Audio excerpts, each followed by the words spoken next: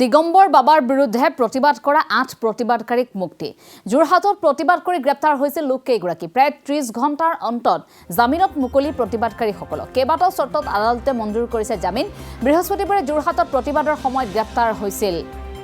এই আটাইকেইগৰাকী প্ৰায় ৩০ ঘণ্টাৰ অন্তত তেওঁলোকক মুক্তি দিয়া হৈছে কেইবাটাও চৰ্তত আদালতে মঞ্জুৰ কৰিছে জামিন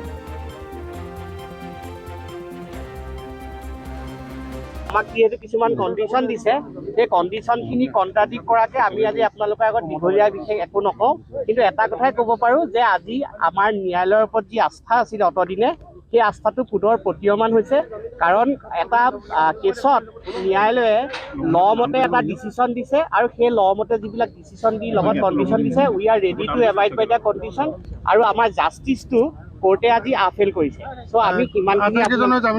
আটাইকেইজনৰে জামিন মঞ্জুৰ হৈছে কণ্ডিশ্যনেল বেইল দিছে 6 তাৰিখলৈকে দিছে তাত কেইটামান কণ্ডিশ্যন আছে আমি সেইকেইটা ফুলফিল কৰিব লাগিব যিহেতু বেইল বণ্ড ছাবমিট কৰিছোঁ আৰু Hemen Bora bail bond accept হৈছে বাকীকেইজনৰ বেইল বণ্ডৰ কাম চলি আছে চ' আমাৰ এটাই আজি ভাল লাগিছে মনটো যে ন্যায়ালয়ৰ ওপৰত যি আস্থা আছিলে আজি যিটো বেইল অৰ্ডাৰ দিছে সেইটোৱে ন্যায়ালয়ৰ আস্থাটো পুনৰ ঘূৰাই আনিছে মানুহৰ মাজলৈ আৰু এটা খুব ভাল অৰ্ডাৰ দিছে